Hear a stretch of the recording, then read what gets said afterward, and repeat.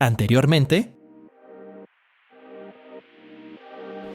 Monegros Norte, que es donde yo me ubico, sí es una zona que históricamente es muy seca, es un clima árido. Es una zona muy seca, pero este año pues bueno, ha llovido bastante. Sí que es verdad que los últimos 2 meses no llovió nada, 2 meses y medio prácticamente nada. Y eso, por ejemplo, los secanos sí que mermó las producciones, pero me iríamos ya con muy buena planta, con mucha humedad en suelo, mucha carga de humedad. Y los secanos, la verdad que los...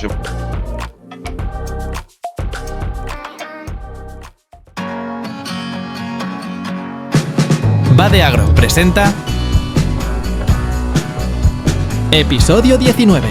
Suelo sano, suelo vivo. Con Antonio Conde y Jairo Fernández. Presenta y dirige Fran Ibáñez. Muy buenas familia, nos encontramos en este primer episodio de Vadeagro, segunda temporada. Y hoy vamos a hablar de suelo, vamos a hablar de fertilidad del suelo, cómo mejorar y sobre todo otras cuestiones como pueden ser el tema de la erosión y el cuidado del suelo, algo tan importante, y para ello tenemos con nosotros a Antonio Conde y a Jairo, que siempre es un placer, porque en este episodio lo que queremos básicamente es aunar dos cuestiones, una la cuestión de hortícola intensivo aquí en Almería y otra la cuestión del extensivo de zona Córdoba, Jaén, incluso en el norte, con prácticas que se podrían decir que son agroecológicas, pero que a futuro lo que producen y lo que promueven es no solo una mejora del suelo, sino también un uso mucho más sostenible de recursos limitados, como es para, al final, en definitiva, fertilizar el suelo. Muy buenas a los dos y bienvenidos. Buenas tardes. Buenas tardes. La primera pregunta es casi obligada y esta va dirigida a los dos. Vamos a ir por orden. Antonio, en tu caso, ¿cuál es la característica para ti que el suelo hace de mejora? ¿Qué es lo que más mejora el suelo? ¿Qué prácticas son las que más mejoran nuestros suelos?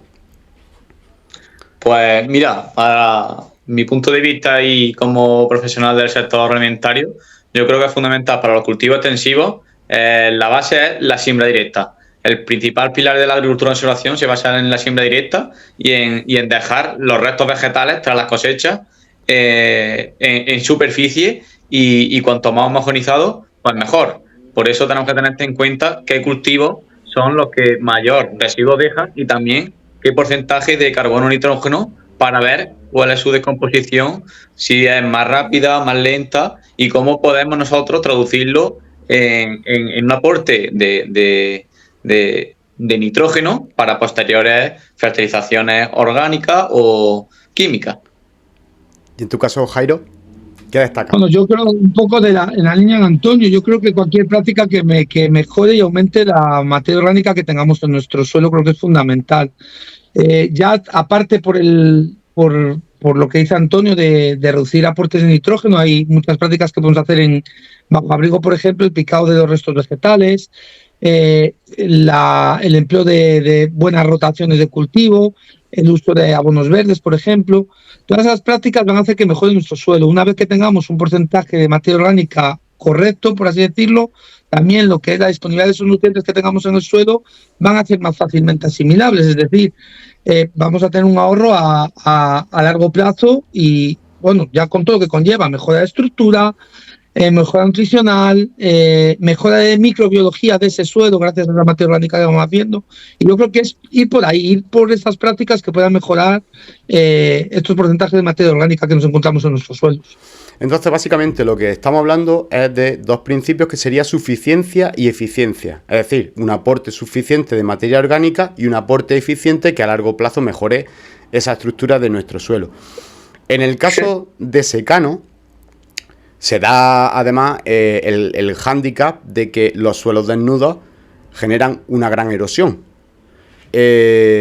¿Cómo podemos mejorar eso y además generar esos aportes al suelo? Por ejemplo, en un cultivo leñoso, ¿qué ¿Qué prácticas se podrían hacer en un cultivo leñoso? Hablamos de almendro, hablamos de olivar, por ejemplo, la zona de Jaén y Córdoba, que son zonas en las que te mueves mucho, Antonio. ¿Cómo podríamos verlo en esa zona? Sí, el gran problema que tenemos no solamente a nivel andaluz, nacional y europeo, es a nivel mundial, es el tema de la erosión, la pérdida de la capa superficial de esos primeros 5 y 10 centímetros que tenemos en los cultivos que están al aire libre. El problema que tenemos es grande y la solución no es más que nada que proteger esos suelos con enmiendas de restos de vegetales, no solamente ya de los procedentes de un triturado de poda, de los restos de poda, sino también podemos ir más allá, que es, por ejemplo, el uso de los subproductos, como por ejemplo la hoja de la almazara, el compost que se utiliza pues de diferentes cultivos, con diferentes enmiendas orgánicas, etcétera.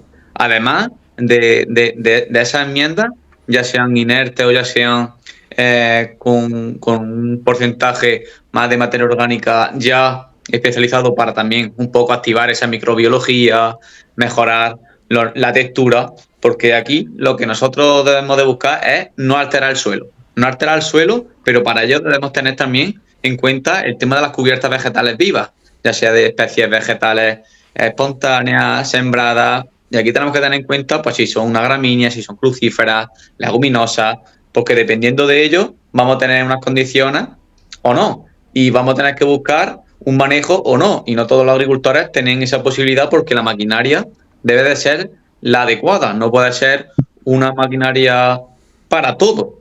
Es una cosa que tenemos que dejar clara y que para adaptar nuestros cultivos a plantear esas soluciones debemos tener también la profesión cualificada o los conocimientos base y además esa maquinaria adecuada pues, para realizar todas las prácticas que podemos implementar en estos cultivos. El caso es que, claro, muchas veces cuando se habla de suelos desnudos o se habla, por ejemplo, de hacer ciertas cubiertas vegetales, en el caso de extensivo, y yo entiendo a muchos de esos agricultores, se habla de la cuestión de competencia de raíces. Entonces entran ahí también en discusión una serie de miedos o una serie de fobias que al final también un poco se tiene que trabajar. ¿Te ha encontrado mucho esos casos de fobia? Porque claro, siempre hay una frase hecha en el contexto de lo que es del agro, en el que se dice que un arado en verano es un riego, ¿no? Esa frase hecha o esas condiciones hechas, al final también lo que hacen, claro, es un poco que venimos de un bagaje en el que se ha arado, se ha dejado mucho los suelos desnudos y ahora se nos introducen unos parámetros totalmente distintos en los que, claro, venimos con la cuestión de competencia de raíces. ¿Eso cómo lo trabajas? ¿Qué enfoque tienes con esas cuestiones? Porque en extensivo se da mucho. Esa frase que yo las denomino las frases de bar, son las que se escuchan a diario y ya sea en un cultivo leñoso o un cultivo herbáceo extensivo, el tema de la competencia con el cultivo comercial, por ejemplo, aquí si tenemos una cubierta y tenemos un olivar, nuestro cultivo comercial es el olivar. Pero en este caso tenemos que ver cuál es esa cubierta, si es total, si es en la calle, si es más ancha, si es menos ancha, qué especies. Entonces habrá que estudiar qué especies son las idóneas para cada caso, porque no es lo mismo lo mío que lo del vecino, que está a 3 metros, no más. Entonces tenemos que buscar esa cubierta que en muchos casos podemos recurrir a cubiertas inertes, como son los restos vegetales, triturados, el compost o otras enmiendas de sus productos procedentes de almazara o de bodegas, etcétera, ya dependiendo de la zona.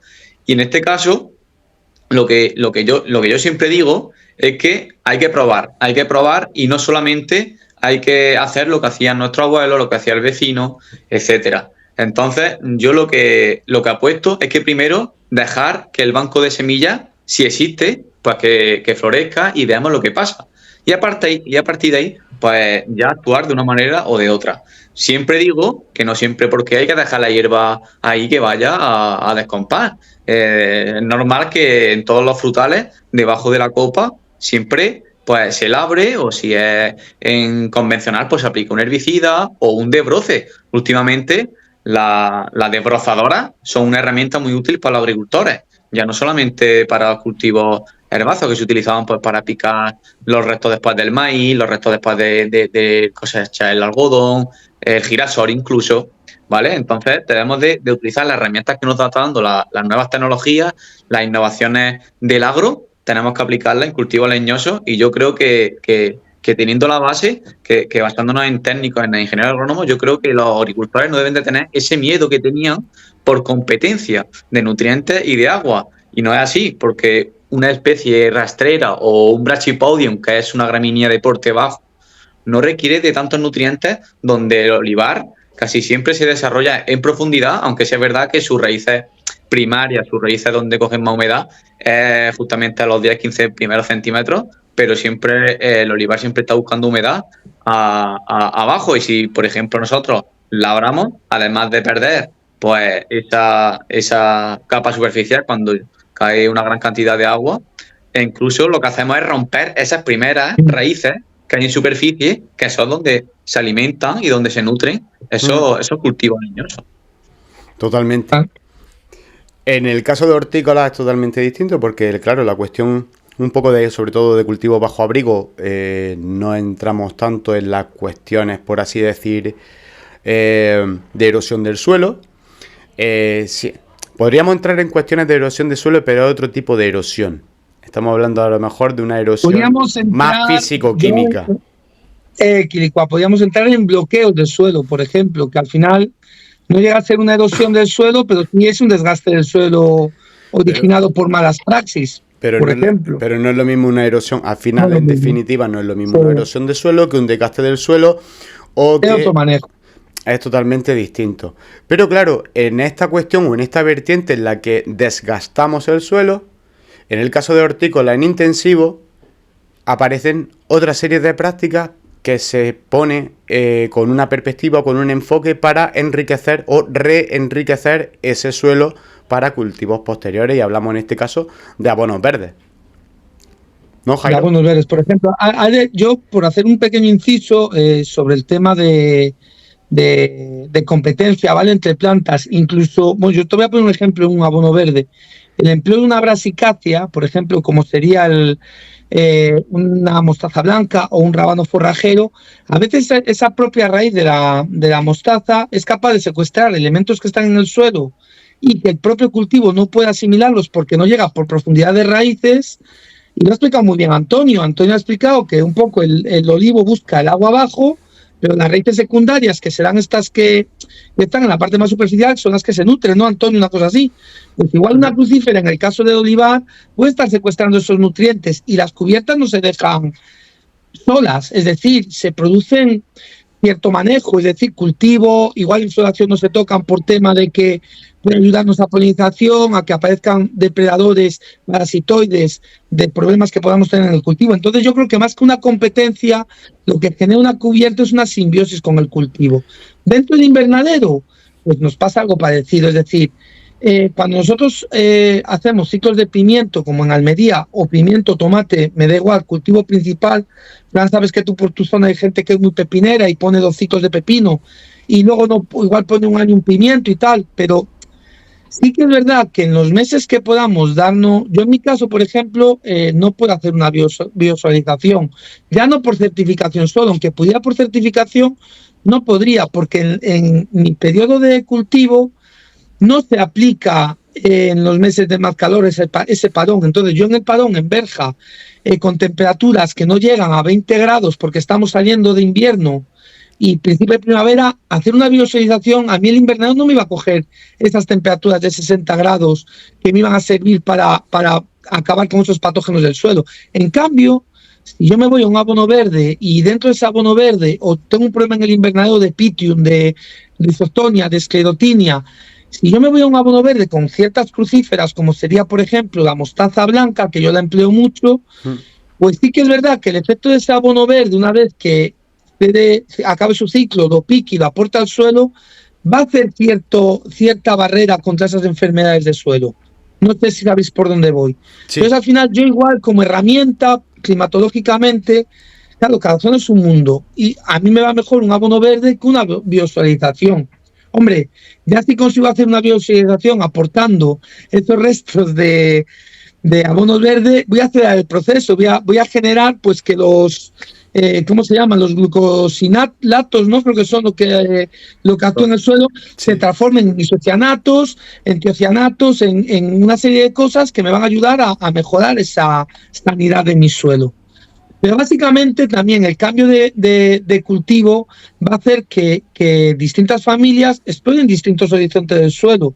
Entonces, nutrientes que técnicamente están perdidos para un cultivo, los vuelvo a poner en funcionamiento con otro cultivo, ya sea abono verde o rotar con una cucurbitácea y una solanácea, por ejemplo. Entonces yo creo que esas prácticas son muy necesarias en la agricultura bajo abrigo. Lo bueno es que, y muchas de las cuestiones que en este caso también se dan con estas cuestiones de esa rotación de cultivos, es que también terminas cuidando mucho, no solamente la microbiología del suelo, es decir, que también puedes ir engordando esas micorrizas del suelo o esas tricodermas que no haya ningún momento en el que paren, y una biosolarización que simplemente es con agua y un plástico, lo carga o lo fulmina prácticamente. Entonces también nos encontramos que ya no es solo la microbiología, sino que también es la biología por arriba. Es decir, que también nos encontramos con toda esa cuestión de la plaga o ser eficientes contra las plagas. Y muchas de esas plantas, por ejemplo, la mostaza es un gran hospedador, en este caso también incluso de ácaros como el ácaro de torbellino, le chifla. Y luego también... bueno, y tienes posibilidad de, durante ese abono verde, hacer... Yo el año pasado hice una prueba en el cereal que puse en el abono verde, lo infecté de pulgón. Básicamente, ¿por qué? Buscando un poco la atracción tú lo has dicho muy bien, Fran, al final no cortas un ciclo. Tú cuando haces una biosolarización no solo cortas el ciclo microbiológico, también vas a cortar el ciclo de vida que tengas de depredadores y tal, porque con esas temperaturas no van a encontrar refugio dentro del invernadero. Y por desgracia en Almería no todos tenemos la suerte, como tengo yo, de tener una biodiversidad exterior tan rica. Entonces, ¿dónde se van a meter esos insectos beneficios? Los vas a perder también. Entonces sí que es cierto que tú un abono verde lo puedes gestionar también como si fuera un cultivo. Tú puedes hacer tus bunkers. Hay leguminosas que tienen pulgones específicos. Sí. Yo empleo guisante forrajero y tengo el acilto, no me acuerdo el nombre, el pitsum, tío, el acilto, bueno, no me acuerdo ahora del pulgón ese. Hay un pulgón, aciltosifum pitsum, creo que es. Hay un pulgón específico del guisante que yo también puedo incorporarlo y en la rotación, en el siguiente cambio de cultivo, tener ya una población de Aphidius lista para entrar en combate a inicio de cultivo.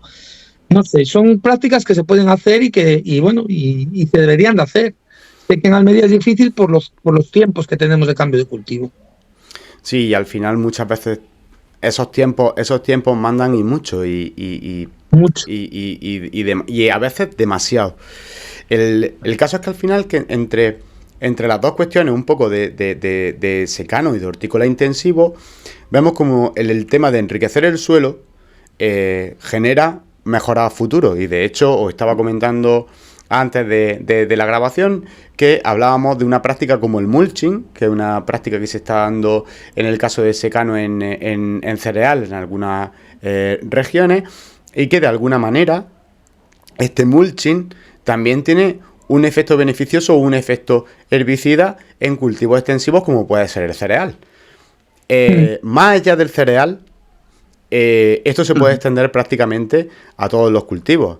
Es decir, yo por ejemplo he estado en un invernadero de un agricultor en el que estaba haciendo una práctica de mulching, ¿vale? Y sobre el enarenado de sus pimientos Palermo, pues te encontrabas paja. Y era curioso. Y era un agricultor que empezó a certificarse de ecológico, pero al final se arrepintió, dejó de hacer ecológico, pero siguió creyendo en ciertas prácticas que decimos que son agroecológicas, pero al final yo creo que también es como que que te instruye y dicen, es que ¿para qué le voy a poner un plástico para cubrir ese suelo y que no me salgan hierbas cuando existen otras Claro, cosas que hay, generan cierta sinergia?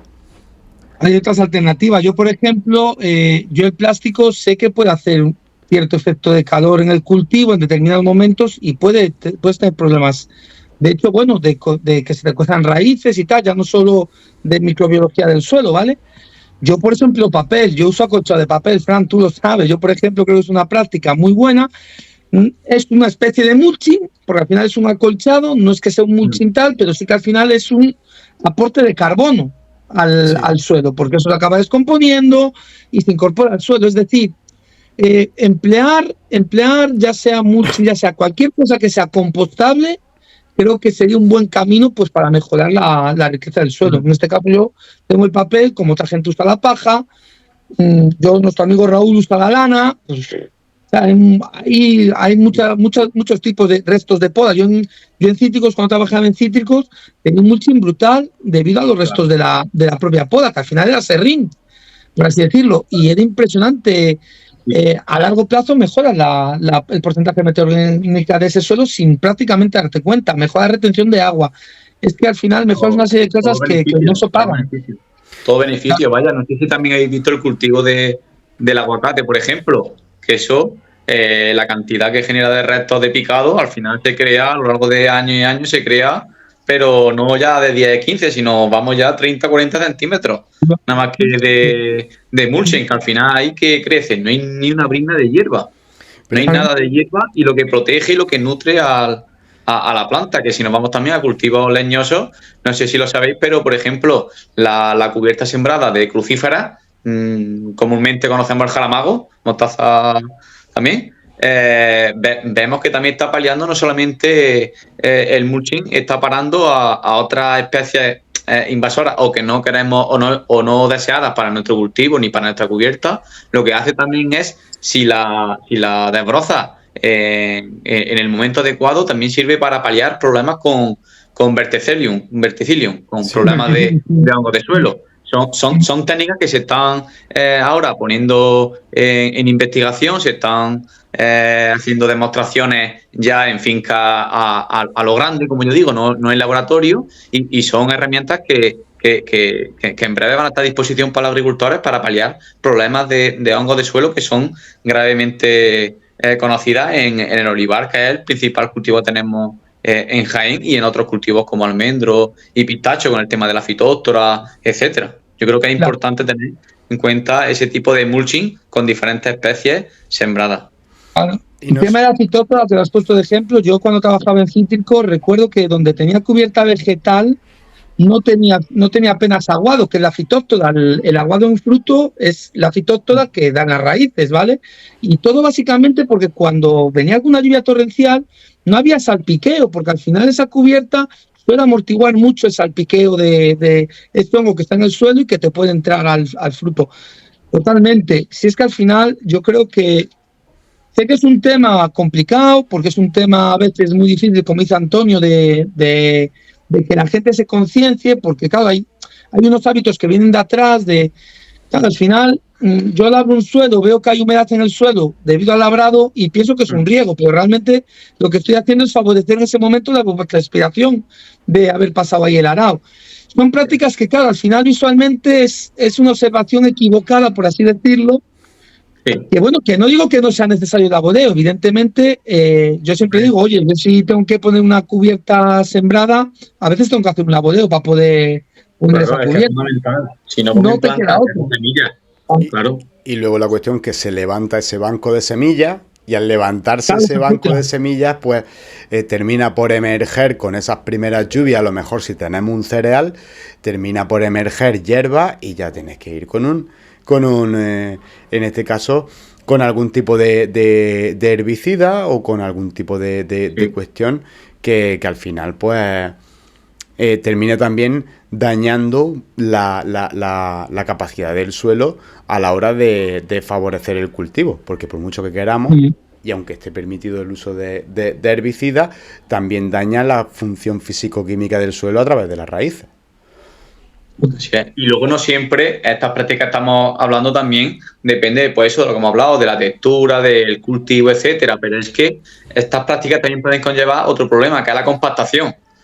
Claro. Que no se ve muy a menudo, pero que con el paso de los años a lo mejor es necesario meter un subsolador o voltear de alguna manera ese cultivo o esa zona donde estamos teniendo problemas, que al final también recurre al encharcamiento si fuera una finca de regadío o si se producen lluvias más copiosas en alguna zona, pueden acarrear otros problemas, como por ejemplo la implantación del cultivo precedor.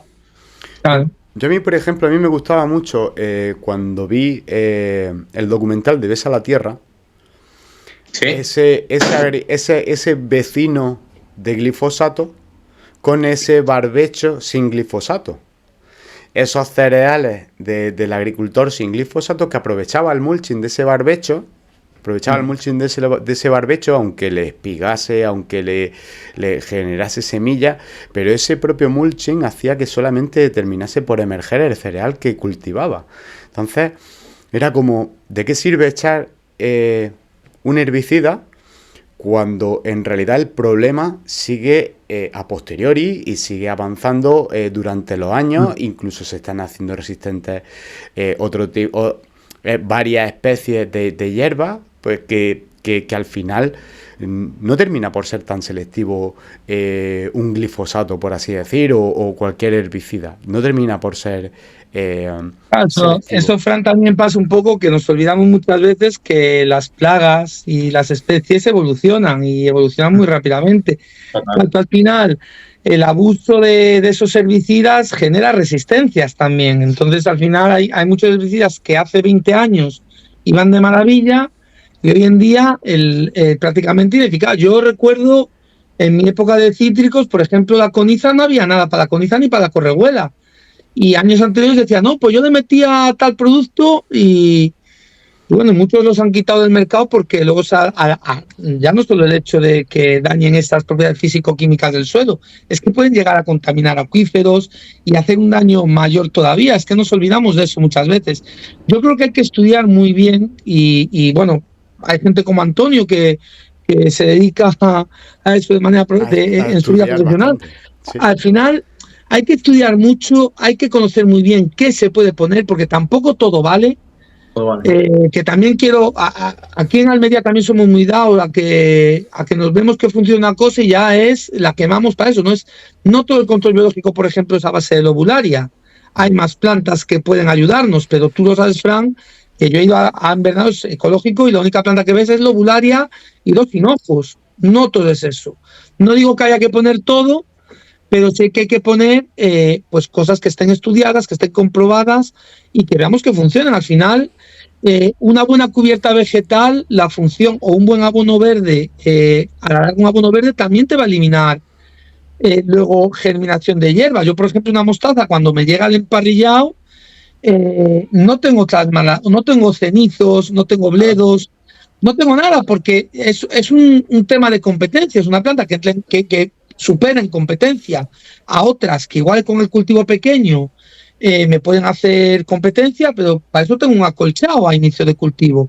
Luego, cuando la planta de un pimiento tiene 2 metros, ¿en qué competencia va a entrar esa planta, Fran? Si no va a haber luz abajo para que la dé, o un pepino o un calabacín. ¿Qué hierbas vemos en cultivo de calabacín cuando la hoja se desarrolla? Al principio del cultivo sí, pero cuando vemos que no le deja luminosidad para la germinación de ese banco de semillas, que por otro lado nos pensamos que el suelo no tiene semillas, muy equivocados. Hay semillas que pueden estar 40 años sin germinar y que están esperando el momento idóneo para entrar en germinación y están ahí. Entonces, bueno, todas estas cosas, gracias a Dios, hoy hay una cultura más agroecológica, por así decirlo, y se están estudiando. Pero hay que seguir porque falta mucho camino, porque aquí nos ponemos muy nerviosos cuando vemos una hierba, igual no sabemos ni lo que es esa hierba. Habría que preguntarse qué tenemos en el cultivo antes de tomar decisiones equivocadas. De hecho, estoy viendo ya ahora muchos estudios con el tema de la botánica que van más encaminados a decir todas las plantas que no son cultivo tienen virus. Y es como casi que se busca el que el agricultor tenga una disociación con las plantas adventicias, totalmente. O que busque menos el seleccionar una planta de asociación para su cultivo. Fran, voy a decir una cosa que espero que aquí, que esto lo oye mucha gente, porque sé que lo oye mucha gente. Voy a decir una cosa respecto a eso. A mí no me gusta por dónde van los tiros con el tema de lo que estás diciendo.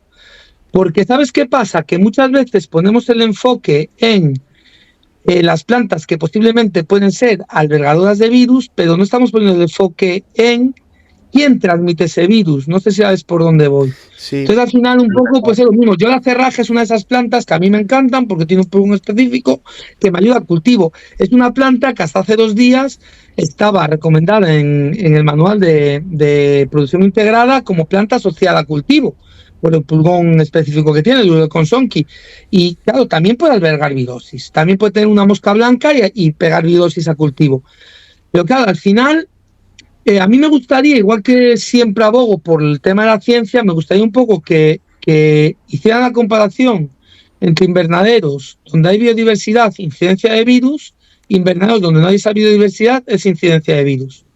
Porque al final, creo que si hablamos de agroecología, el tema de la asociación de distintas especies vegetales hay que mirarlo muy bien. Yo digo que hay plantas peligrosas, evidentemente. Si tú tienes un tomate, tú no puedes tener en tu invernadero Solanum nigrum, un tomatillo del diablo.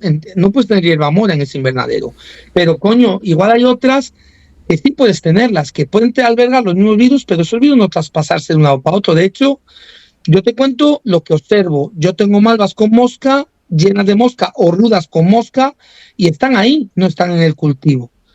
Claro, si yo elimino esa hierba, igual el que está transmitiendo ese virus soy yo. Entonces yo creo que en el tema de virosis y de plantas está muy bien que hay un estudio, debe haberlo, pero también creo que no debemos perder el norte en que si esto alberga virus, no alberga virus, sino tendríamos que ver un poco estos vectores de virus, cómo podremos combatirlos, si esas campas actúan de trampa y no se va al cultivo. No sé si sabes por dónde voy. Creo que falta mucho estudio en eso todavía. Pero yo mi enfoque va más allá, porque mi enfoque yo creo que es que dentro de la selección varietal que estamos haciendo para los cultivos industriales, que el enfoque que tenemos es de un cultivo industrial y tiene que ser súper ultra productivo. El enfoque de rendimiento, el enfoque de productividad en ningún momento tiene el enfoque de sanidad vegetal. Ahí está. Hablando por sanidad vegetal, el que tenemos un enfoque más orientado a que un pimiento en esta zona tiene que producir X kilos, un cereal en secano tiene que producir X kilos por hectárea o X toneladas, y así prácticamente con todas las variedades. ¿Qué es lo que pasa cuando los breeders entran en una cuestión de selección vegetal? Y abro aquí un grandísimo paréntesis. Perdón. Ese poliedro que entiende las virtudes de la planta discrimina en muchas ocasiones la transición y evolución de la planta para los virus. Es decir, son virus con los que siempre han convivido. Y lo que no puede ser es que el gran enfoque de aparición de virus conocidos en los cultivos, tanto hortícolas como en cultivos al aire libre o lo que sea, casi todo ese enfoque de virosis que están apareciendo sean a partir de la década de los 90. Casi todo. Y en las últimas 2 décadas es que está apareciendo un virus cada 2 años. Ese enfoque, yo creo que para mí es que estamos desenfocando la parte de ese poliedro en la parte de sanidad vegetal. Son virus que desconocíamos que existían y que por la cuestión del darwinismo, la cuestión de la selección varietal o la selección vegetal natural a lo largo de los años, se han generado esas modificaciones genéticas que han hecho que ese virus no sea latente y por tanto hasta nuestros días han llegado esas plantas y ahora estamos involucionando las plantas en esa parte. ¿Qué es lo que pasa? Que claro, todas las venticias tienen ese virus o lo hospedan en algún momento dado. Sí. O pueden ser supuestamente albergadores de ese virus. Pueden tenerlo, pero no, vamos, tú en una terraza cuando tiene virus lo ves. Claro, pero no sé si llegáis a comprender mi enfoque. Es decir, nosotros estamos en un enfoque productivo en el que tenemos que sacar rendimiento. Sí. Y estamos involucionando la planta en un mecanismo que ha hecho que llegue esa planta hasta nuestros días. Entonces, yo creo que yo creo que hay razón, porque los métodos de defensa de las actual variedades que hay, ya en hortícola, ya sea un cereal, los métodos de defensa que tienen las plantas es que no son los que había hace 20 años. Como tú has dicho, se han mantenido latentes pues con la aplicación también de todos los químicos que ha habido durante todos estos años, y que actualmente esa resistencia y ese cambio varietal, buscando esas condiciones ambientales más que de defensa, pues están propiciando pues que ahora no tengamos herramientas para combatir esos virus, esas bacterias, esos hongos, incluso esos nematodos. Yo creo que esos son los 4 grandes, ya más allá de todo lo que se mueve en cuanto a plagas y enfermedades, porque antes creo que estaba Jairo por ahí, el tema de los vectores. Estamos poniendo pues lobularia, tal, en cultivos leñosos, la olivarda para la crisopa, tal, pero es que, vamos a ver, esos vectores pueden transmitir otras cosas que no son lo que nosotros vamos buscando. Claro, pero es que yo, así pensando rápido, tú dices albahaca y dices tomate y dices tiene una salsa de tomate impresionante. ¿Cuántos cultivos no se habrán puesto en huertos así en Italia por tener su salsa de tomate tradicionalmente, ¿vale? Por poner un ejemplo. ¿Quién no piensa en un cultivo de albahaca con tomate uno al lado del otro? Y la albahaca es una de esas plantas que es hospedadora de virus.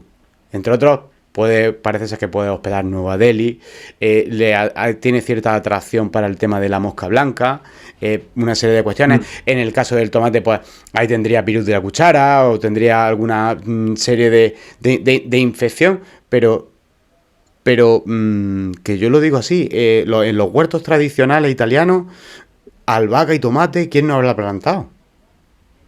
No, pero bueno, es que, por poner así un símil. Y yo creo que estamos entrando en otra cuestión que no tiene nada que ver con suelo, sí con asociación de asociación botánica, o esa asociación que también es muy importante a la hora tanto de por así decir, de enriquecer el suelo, que no compitan entre ellas. Y además de mejorar el suelo, pues que también exista una sanidad o una sanidad biológica en lo que es la capa superficial que todos vemos. Siguiendo con la cuestión un poco del mulching, ya vamos a dejar un poco de lado ese gran paréntesis de dónde vienen los virus. El caso es que también existe en los últimos años un gran problema con la cuestión de la hidrología, es decir, la cuestión del agua, ¿no? Una meteorología en la que prácticamente cada vez que llueve son danas, una meteorología en la que además de llover poco y cuando llueve mal, los suelos terminan siendo inertes, carecen de humedad, al encontrarse prácticamente al sol pierden toda esa humedad, los suelos se resienten, los cultivos se resienten. Da casos como la campaña pasada de la aceituna, que fue nefasta, da casos como por ejemplo, este mismo año con el tema de la almendra aquí en Almería, que ha sido cuanto menos bastante curioso con la sequedad. De hecho, si la gente va por la zona de Jergal o toda lo que es aquella parte de Abla y aquella parte, verá olivos secos y almendros secos, que es súper curioso, es decir, unas plantas tan resilientes que resulta que te las encuentras que se están desecando sobre todo en intensivo a tope. No, pero yo no estoy hablando de cultivo, intensivo, porque la parte de cultivo intensivo olivo, pero Fran, olivo en unos marcos de plantación muy intensivos. Yo hablo del olivo tradicional, el almendro tradicional, con sus marcos de plantación abiertos, etcétera, etcétera. Sí. Yo no estoy hablando de no estoy hablando de eso, no. Yo es que estuve en Uleila hace poco. Pero Uleila del Campo y toda aquella parte que está al otro lado de Filabres, está para la parte de Serón. Yo estuve hace poco y lo que tú has dicho lo he visto también. Pero fíjate tú, tío, estuve en un olivar tradicional con unos marcos bastante grandes y apenas había tenido problema de sequía, porque claro, al final es menos agua la que gasta. Y en cambio fincas intensivas nuevas que se habían quedado secas, porque creo que incluso tema de pozos también, que estaban los pozos secos, tío, porque no ha llovido nada. Entonces ese olivar es menos resiliente que, ¿sabes? Pero bueno, que sí, que es un problema, el agua es un problema. Eso está claro. Pero el caso es que, por ejemplo, Habla siempre ha sido muy tradicional de esa cuestión. Además, siempre ha venido la humedad de lo que es de la zona del puerto de la Ragua, siempre no ha tenido esos problemas. Y claro, de ser una zona resiliente para ese cultivo, a ser una zona que ahora es un panorama. Es que ves almendros secos, almendros, que yo cuando era chico, o incluso hace cosa de casi 20 años, cuando iba yo a Granada en el autobús, a mí me encantaba ver los almendros que estaban al lado y lado de la autovía, los almendros, los olivos y todo eso, y se está perdiendo por completo. El mulching y estas prácticas en el suelo, sobre todo, de este material vegetal o estas cubiertas verdes que se pueden plantar, también hacen al final, y entro en esta parte con Antonio, con el crear un cuerpo mucho más resiliente, sobre todo para esta afección del agua.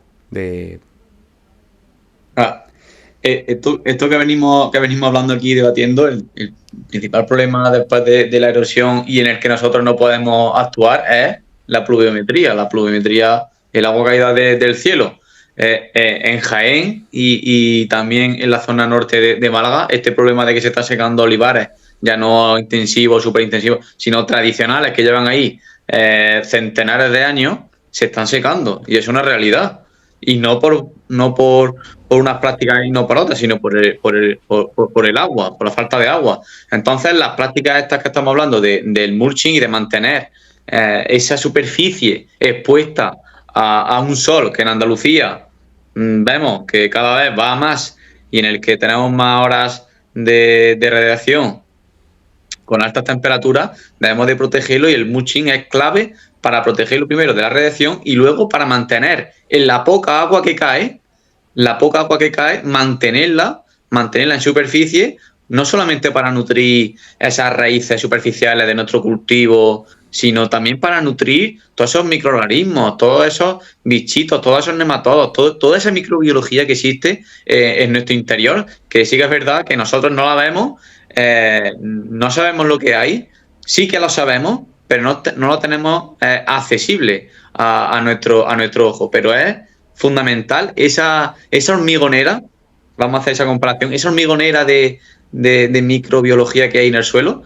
es fundamental que esté nutrida, que esté hidratada. Entonces el mulching yo creo que es clave, ya sea de una manera o de otra, ya sea de restos vegetales, ya sea de restos de almazara, etcétera, como ya hemos hablado anteriormente. Yo creo que es fundamental mantenerlo, y siempre mantenerlo en estado vegetativo, el tema de las cubiertas, como hemos hablado, porque si mantenemos, por ejemplo, un barbecho que ya está un poco en desuso también, si mantenemos esos barbechos vivos, esos barbechos ya sean espontáneos, sean sembrados, si los mantenemos vivos, yo creo que a largo plazo vamos a mantener con mucha humedad y con mucha actividad microbiológica con nuestro suelo. Yo creo que pasa algo similar en hortícolas, ¿no, Jairo? Sí, no, está claro. Es que al final el tema de los acolchados es vital, porque básicamente también evita evaporación de agua. Así es que Claro. Es un recurso, incluso tema de rocíos, vas a tener más rocío por la mañana en esa zona donde tengas el mulching. Entonces, todos los aportes de agua que parecen mínimos, pues serían mínimos si aquí tuviéramos unas pluviometrías pues decentes, pero como no tenemos pluviometrías decentes, pues pasan de ser mínimos a ser limitantes para que el cultivo sobreviva. Por lo tanto, creo que esas prácticas que son vitales, para mí es que creo que son vitales. Yo creo que un mulching bien hecho o un acolchado bien hecho, porque en caso de invernadero tenemos que hablar de acolchados, como bien sabe Fran, incluso con los plásticos también consigues esa retención mayor de humedad y tal. Y aquí ya se juntan. Nosotros es verdad que en invernadero sí que el tema de humedad lo llevamos de otra manera, entonces sí que de otro manejo, pero vamos, es fundamental. Es que creo que el agua es un factor limitante, cada vez creo que va a ser más limitante, porque parece que hay cada vez menos agua para la agricultura, el agua para el agricultor cada vez está más cara, y de aquí a unos años vemos a ver cómo está el tema, porque es que ya aquí nos están subiendo todos los costes de producción, ya no solo a mano de obra, también lo que son insumos fijos como serían agua, gasoil, ya no voy a hablar de fitosanitarios porque al final lo poco que queda y lo que funciona, como dice aquel, el precio es Oro. escandaloso. Entonces, no sé. El caso es que en el invernadero, sobre todo con algunos cultivos, se da también mucho el caso de la evapotranspiración por altas temperaturas. De hecho, a mí me hace mucha gracia ahora los chicos que están siempre viendo el ICOS, ¿no? Que están con el telefonito todos los días y están viendo Sí. el pico de temperatura con los picos de humedad, ¿no? Esos cambios que existen, que a partir de 32 grados se dispara, por así decir, la caída de la humedad relativa en las fincas, ¿no? Estamos hablando de fincas con plásticos lavados, con una radiación solar impresionante que está cayendo Brutal. a mediodía ahora mismo. Y claro, a partir de 32 grados por cada grado, creo que calculé yo así directo o indirectamente, era como que perdía, por cada grado creo que se perdía un 10% de humedad relativa a partir de 30 a 32 grados. Eso era brutal, ¿no? Y decían, tengo las plantas raras y tengo mucha mosca blanca, en el caso de un cultivo. Eso me decían a mí en una red social. Y yo le decía, aunque te cueste y aunque digan que tengas que tener tú mucha luz en un cultivo de calabacín, échale cal a tu cubierta, por lo menos. Es decir, para que ese efecto lupa que hace dentro del invernadero no sea tan escandaloso, ¿no? Y por ahí amortiguar un poco la subida de la temperatura y que no tenga tantas pérdidas de humedad. En el invernadero, dentro de lo que cabe, lo tenemos algo más fácil. Incluso las plantas auxiliares, cuando tienen cierta envergadura, generan también una humedad resiliente en el entorno que se nota en las plantas y que al final afecta pues a eso, a que las plantas puedan aguantar mucho más esos picos de temperatura y que se amortigüe mucho más la humedad relativa o ese descenso de la humedad relativa, que también es muy peligroso para la aparición de hongos como la ceniza, el famoso idio. Son bastante peligrosos por esas caídas tan bruscas de humedad relativa. Pero claro, en el caso de extensivo, que la fase de humedad relativa no se puede trabajar porque no tienes techo, no tienes ningún techo, básicamente la única humedad que puedes, por así decir, conservar es la que se encuentra a 10 centímetros del suelo. 10 centímetros por arriba, 10 centímetros por abajo. Claro, un cultivo leñoso no te hace una evapotranspiración tan exagerada como una hortícola. Y si cuidamos quizás esa humedad que hay en el suelo, hacemos al final pues que ese olivo, ese almendro, termine siendo mucho más resiliente, termine al final perdiendo menos humedad porque transpiraría mucho menos esa humedad del suelo al quedarse totalmente desnudo, como hemos estado hablando. Pero la verdad es que se juega mucho con el miedo, con el tema de los precios del agua, y se juega mucho con esas cuestiones porque claro, todo lo medimos en cuánto vale el agua, en cuánto agua tengo que consumir, pero nunca lo medimos en cuánta agua no consumimos sí. Ahí está. ¿No? Sí, ahorro. Y aquí va la pregunta para Antonio en este sentido, porque seguramente lo habrá visto con sus ojos, lo habrá estudiado y sobre todo en la cuestión del extensivo. ¿Cuánto mejor aguanta un cultivo de un olivar, por ejemplo, con un mulching o con una cubierta vegetal a un cultivo con un suelo desnudo? Mira, yo ya te hablo ya, no solamente ya como profesional, sino ya como profesional de lo que es un agricultor. Llevamos en la familia haciendo muchos años atrás ya el tema de las cubiertas vegetales.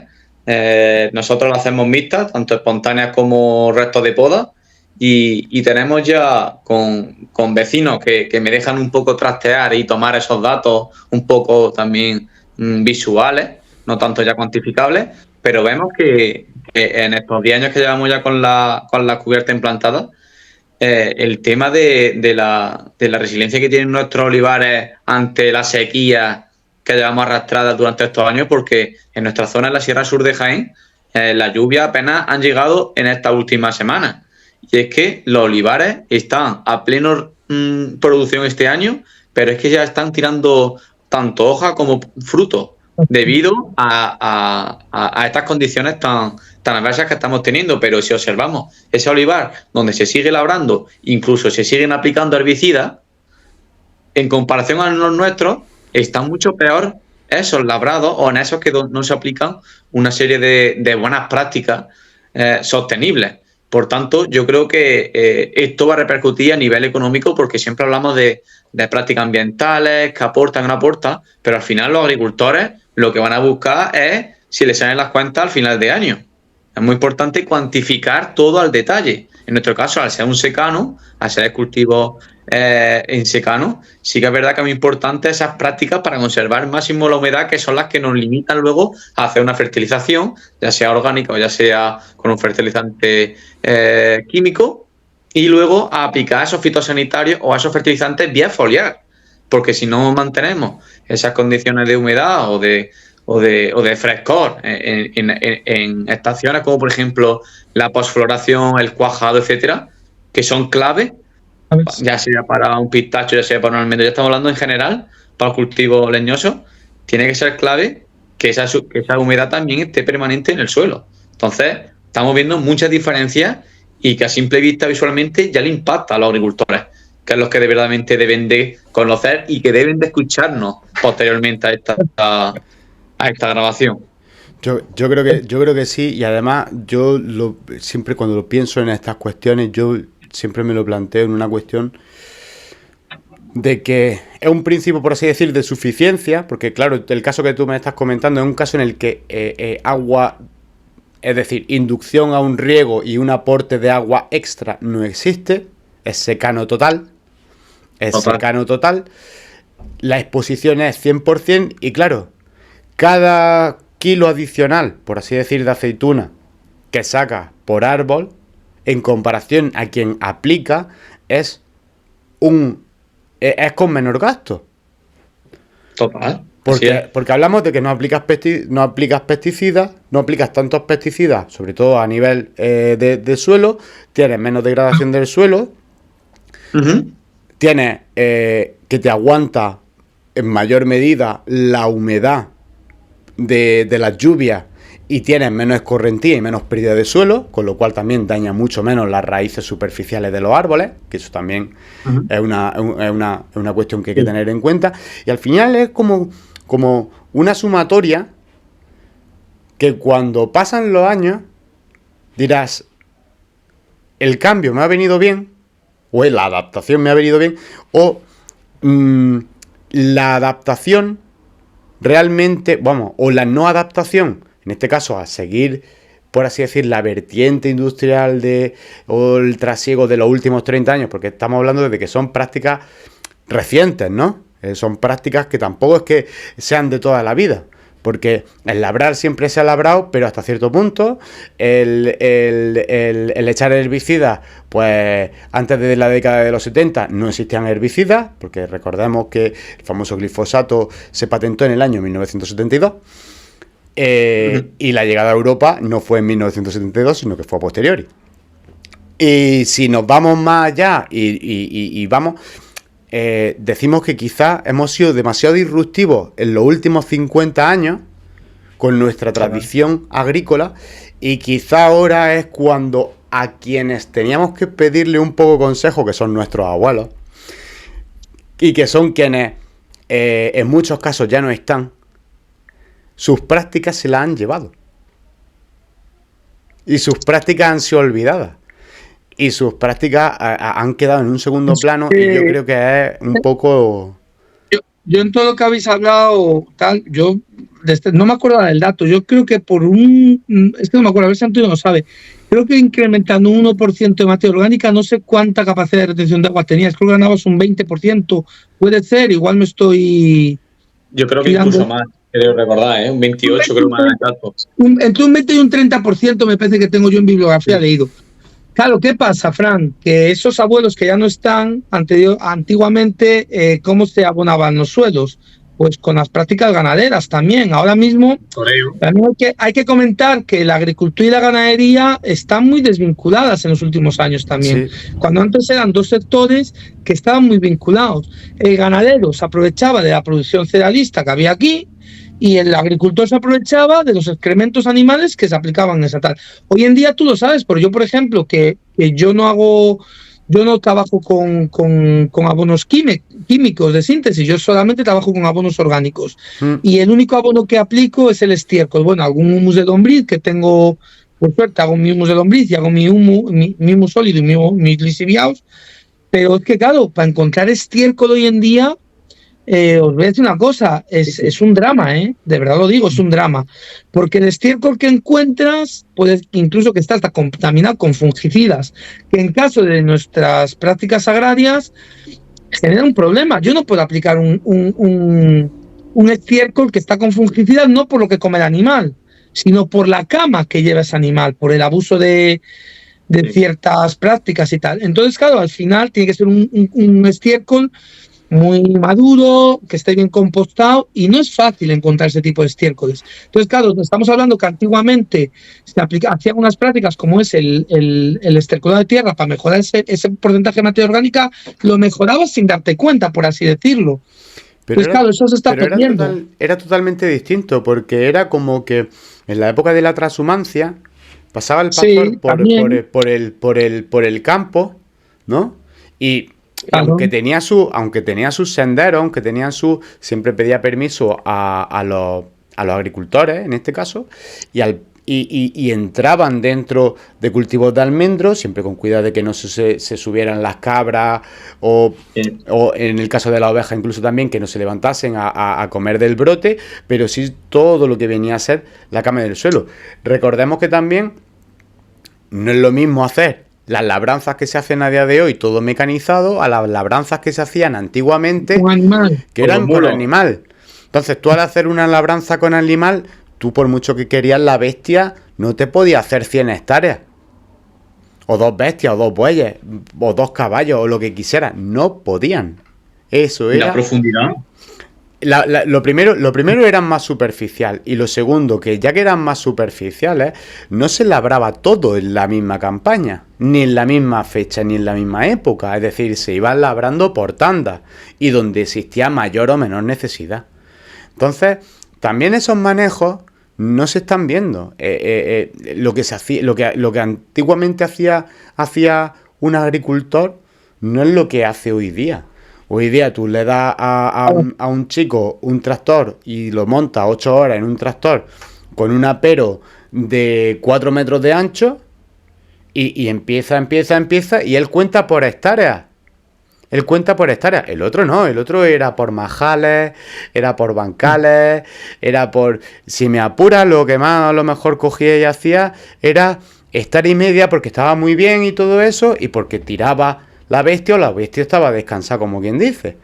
Pero de lo claro, también, no podía. También, Fran, mira, también yo tengo mucha añoranza por lo de antes, pero porque me gusta a nivel personal lo de antes, pero tampoco decimos que haya que volver a lo de antes, pero sí que es verdad que, por ejemplo, el tema de incorporar pastoreo en un momento determinado en ciertas plantaciones, como habéis dicho, de almendro. Yo, por ejemplo, tengo acuerdo ganadero con un pastor, y ahora en higuera, cuando cae la hoja, yo meto ya las ovejas que me pastoreen eso. Entonces, claro, se pueden hacer prácticas, se pueden hacer rotaciones, se pueden fomentar cubiertas, se puede incorporar un poco el ganado. Podemos irnos más a esos estiércoles que a un abono químico. Al final nos pensamos que estamos pensamos que una planta de pimiento come no sé cuánto N, no sé cuánto P, no sé cuánto K, y la planta de pimiento come realmente lo que tiene a disponibilidad en el suelo, y cuando ella quiere comerlo, y en el momento determinado que ella quiere comerlo, porque claro, los momentos de floración no son los mismos que los momentos de crecimiento inicial, que igual necesitan un aporte mayor de fósforo, ¿sabes? No sé cómo decirlo.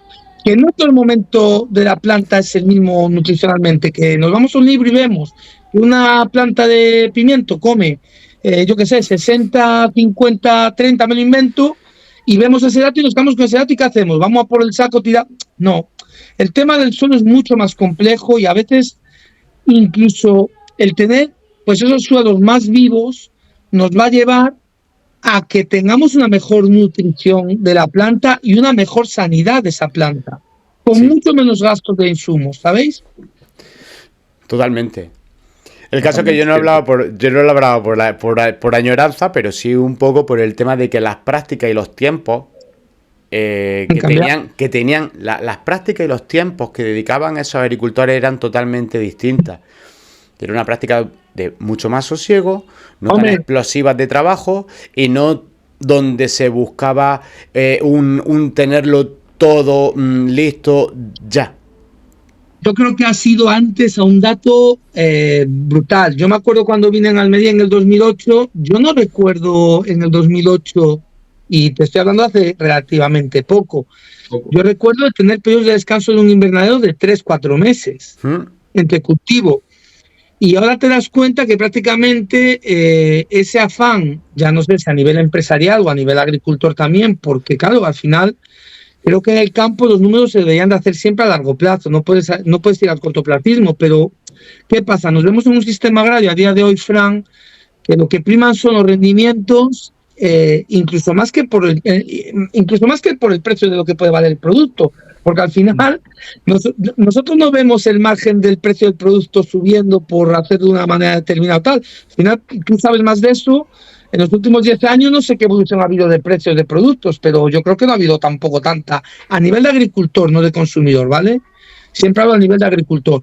Pero claro, sí que es verdad que esa mejora genética para mejorar los kilos, esos planes de abonado para mejorar los kilos, esta tecnología que se está implantando ahora en Almería, ¿qué va buscando? Mejorar los rendimientos, los kilos.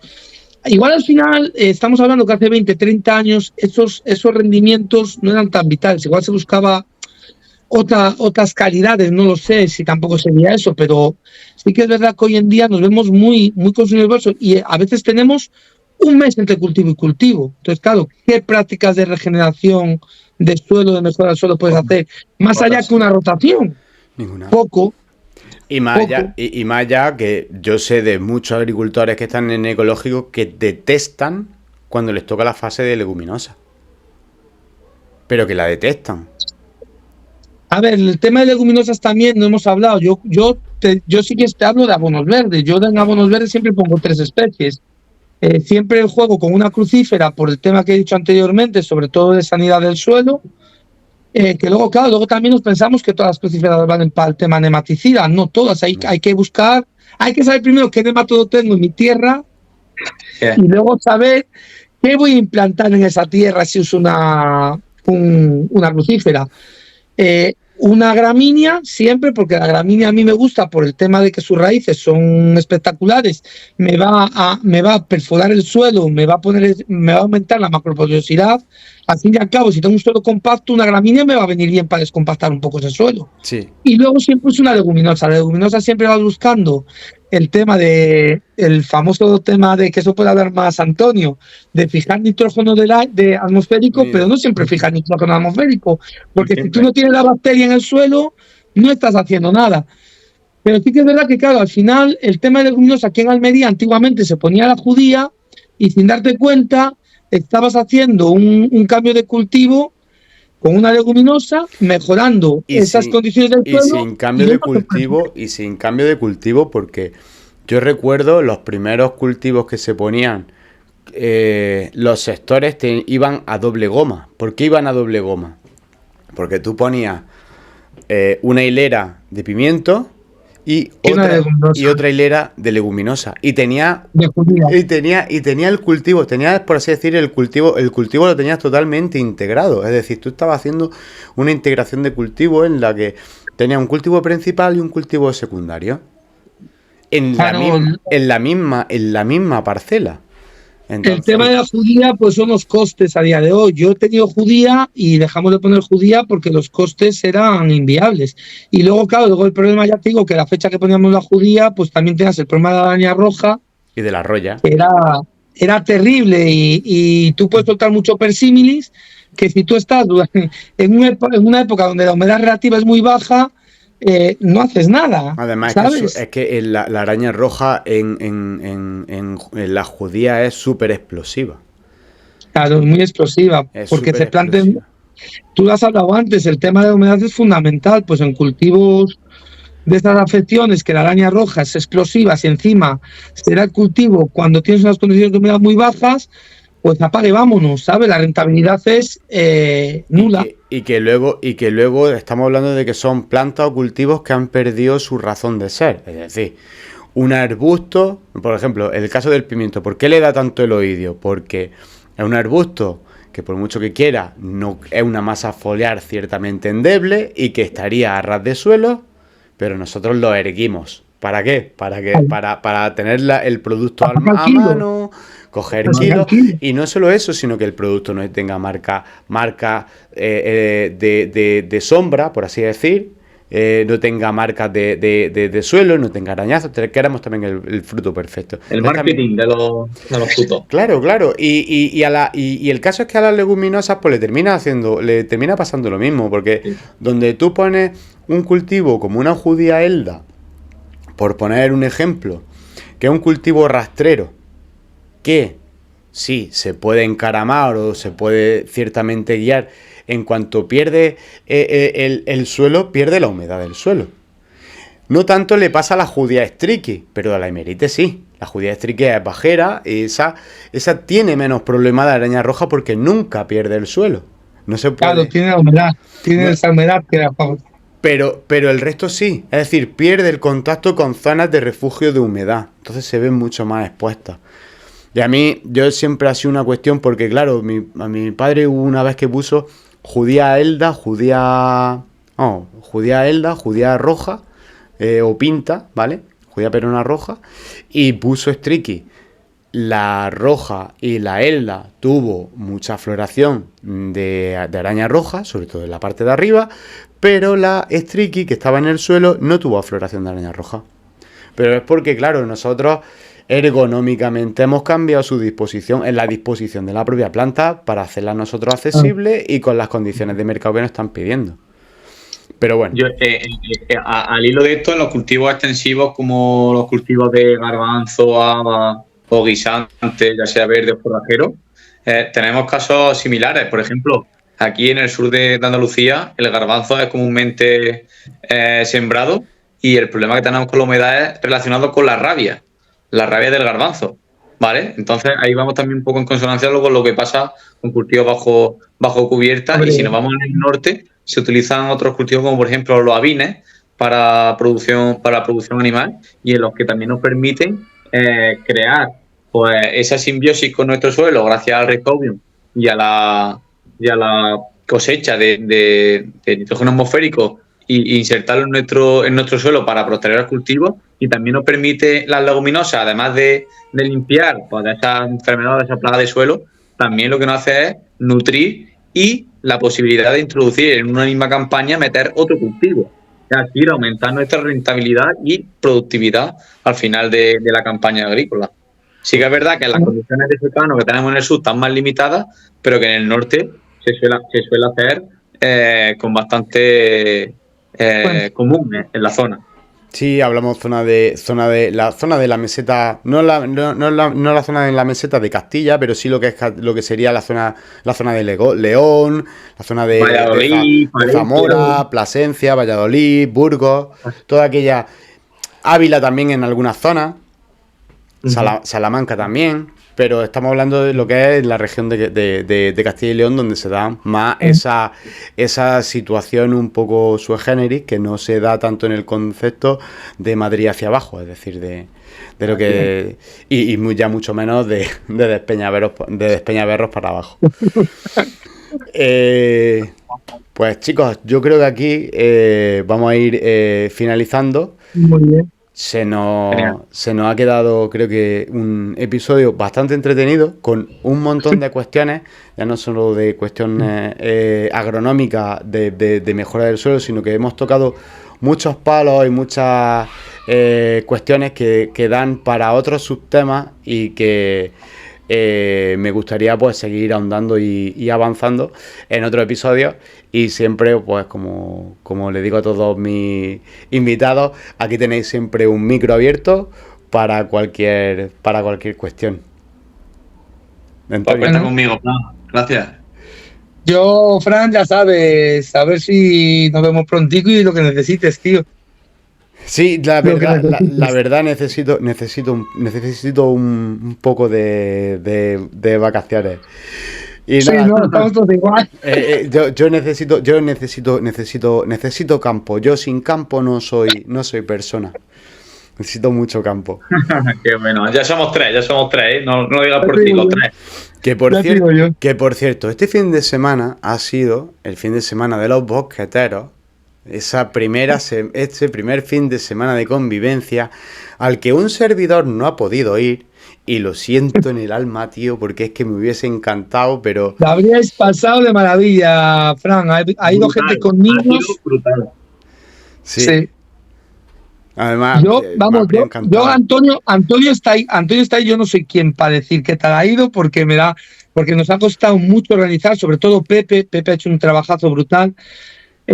Íbamos, pues eso, queríamos hacer talleres también, pues un poco como lo que estamos hablando hoy, ¿no? También un poco hicimos algún taller de mejora de suelo y tal. Nos quedan cosas por hacer porque realmente ha sido tan intenso y nos hemos juntado allí cada personaje, por así decirlo, y hemos dado voz a todo el mundo, que al final estos encuentros, lo bueno que tienes es que te juntas personas muy afín en lo que están haciendo, gente muy preparada, gente que domina mucho, y ahí cada uno da su opinión, y al final yo creo que en agricultura muchas veces nos olvidamos de que debemos estar más unidos, debemos ayudarnos más unos a otros, y los que divulgamos, como Antonio, como yo, que creo que intentamos divulgar lo mejor posible, bueno, se nos ve. Al final lo que hacemos esto es un poco, llevamos a veces más críticas que lo que son halagos, pero yo esta jornada me ha servido para eso, para ver que realmente no estamos haciendo las cosas tan mal y hay mucha gente que le estamos ayudando, y bueno, igual que tú en este podcast, Frank. Al final yo creo que se trata un poco de ayudar. Yo veía mucho, sobre todo el tema de los perfiles que estaban allí, y yo lo primero que decía, tío, falto yo. ¿No? Es decir, uno lo dice, ves gente que divulga, ves gente que son experiencias en primera persona, ves gente, porque también estaba, por ejemplo, el compostero, ¿era?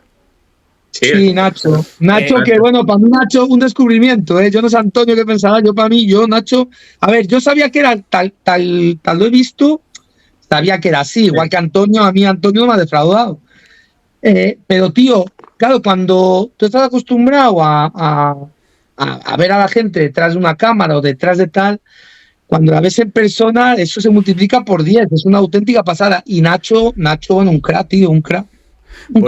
Por cierto, y se me ha olvidado una cosa que llevo yo esperando hacerlo en un micrófono mucho tiempo, y es que Antonio Conde es premio de... ¿Cómo era? El premio a emprendedor joven, ¿cómo era? Andaluz, sí, al joven andaluz en tema social. Por la divulgación, por todo lo que hacemos nosotros tres, pues ahí está el premio, que cuando me sacaron al escenario a dar unas palabras dije, esto no es mío, esto es gracias a los agricultores, mi familia, mis seguidores, todos los que participamos en podcast, en jornadas, en cursos, es que somos todos, es la voz de Andalucía.